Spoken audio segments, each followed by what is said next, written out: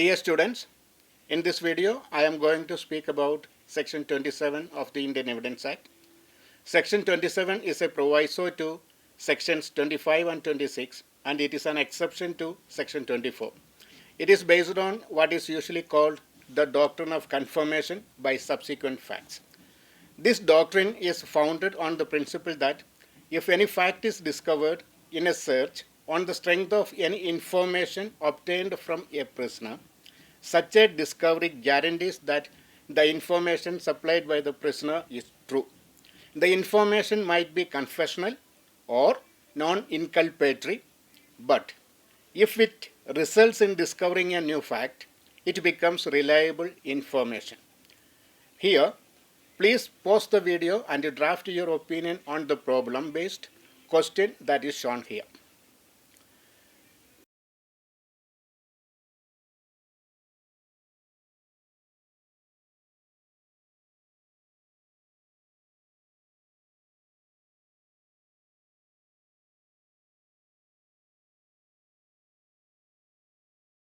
Now, let us look into a very notorious case. The facts of this case, in short, are Shakire was the granddaughter of Sir Mirza Ismail, a former Diwan of state of Mysore, and the daughter of Mr. Ghulam Hussain Namse and Mrs. Gohar Taj Namase. She held vast and very valuable landed properties. Among her various properties was a bungalow at number 81 Richmond Road, Bangalore, constructed over nearly 38,000 square feet of land. Another was a large piece of land measuring 40,000 square feet on Wellington Street.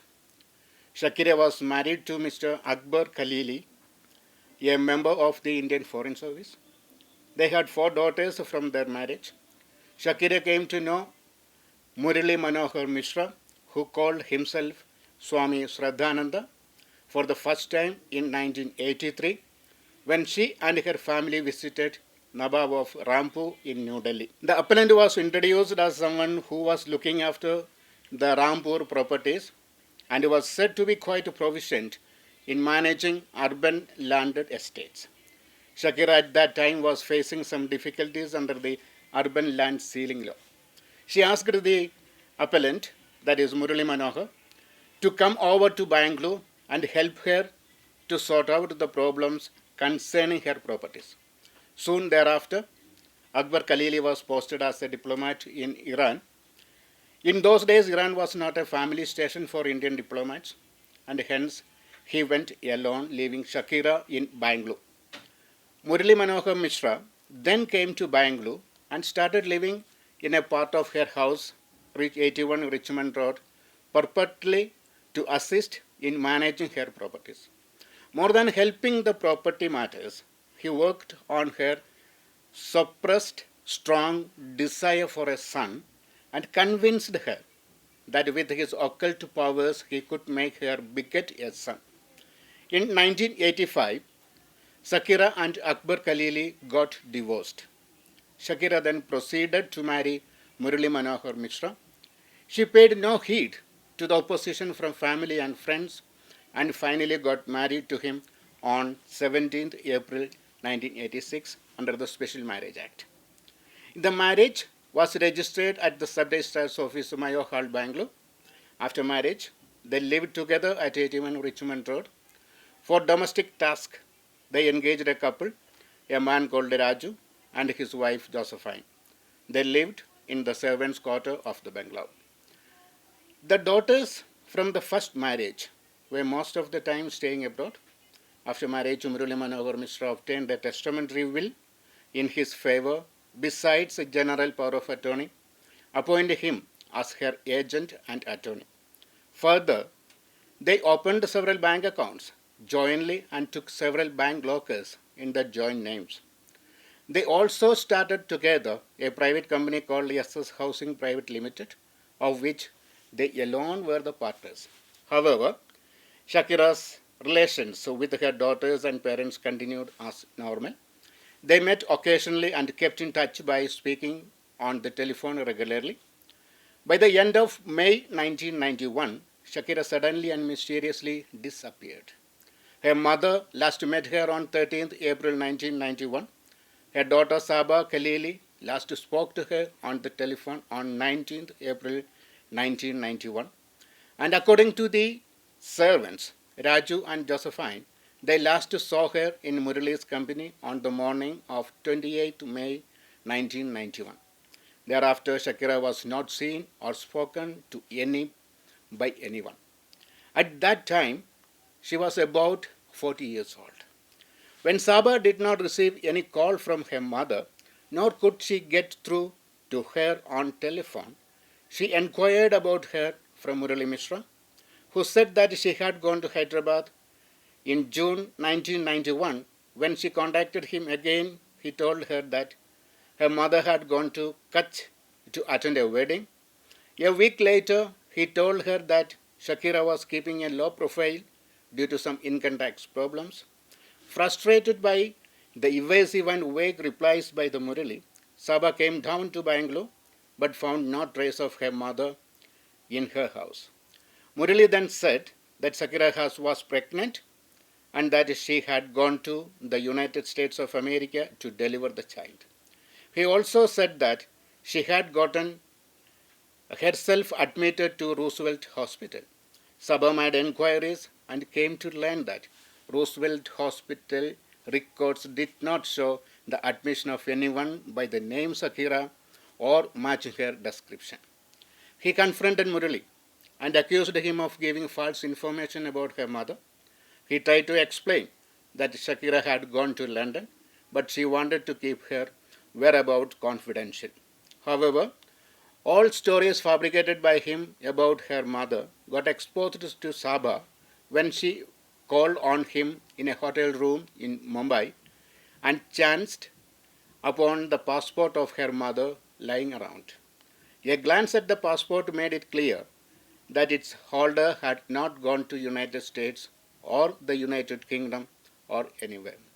At this stage, she came to Bangalore and complained to Ashok Nagar police station on 10th June 1992 simply as a woman missing complaint bearing crime number 417/1992. The investigation by the Ashok Nagar police station did not yield any results, but the persistence of Saba paid off. In March 1994, the Central Crime Branch Bangalore took over investigating the complaint about the missing Shakira. The case came under the charge of C. Viraya, CPI, CCB, who suspected Murali in the disappearance of Shakira and subjected him to close interrogation. Under intense interrogation, Murali Manohar narrated in detail the manner of her killing and disposing of her body. Now you can watch a video clip regarding the investigation. Granddaughter of the Diwan of Mysore royal family, she inherited properties worth millions. Apart from being affluent and aristocratic, she was also extremely beautiful.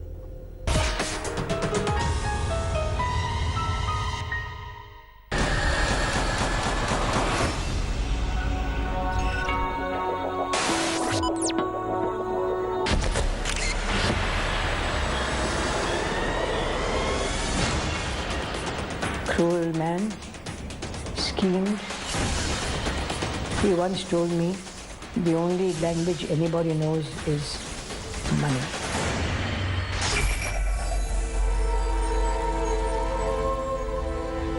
Partying and dancing in the discos and having, apparently the maid says, parties on her grave. He's an animal, he's not a man.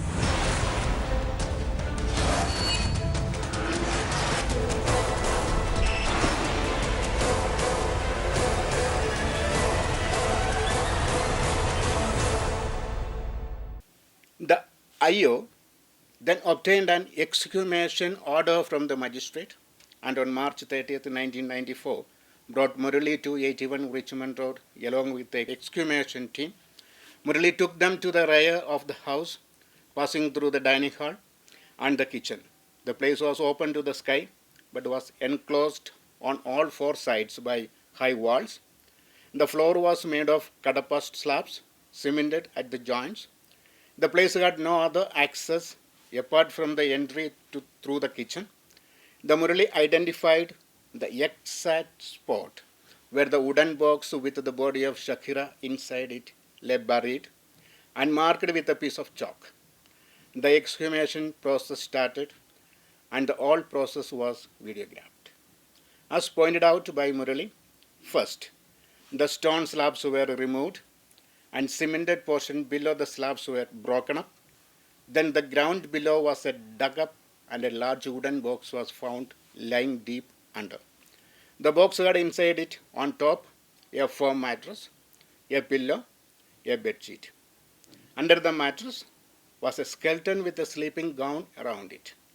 The bones had all become disjointed. The skeleton and the long hair clumps lying around the skull were taken out, and the forensic experts rearranged the bones, fixed the skull and the jaw bones. Her mother identified the red stone ring and the two black rings in the wooden box belonging to her daughter. The maid identified the sleeping gown around the skeleton as belonging to her mistress, Shakira. The post-mortem examination was held on the same day.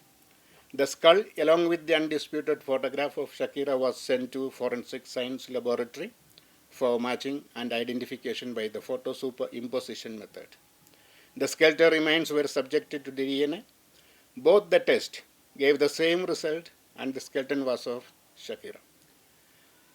Here you can see that the statement made by Murali to the investigating officer was confirmed by the discovery of the coffin, skeleton, etc. of the victim. Hence, it is covered under Section 27 of Indian Evidence Act. Now, look at the slide and try to solve the problem.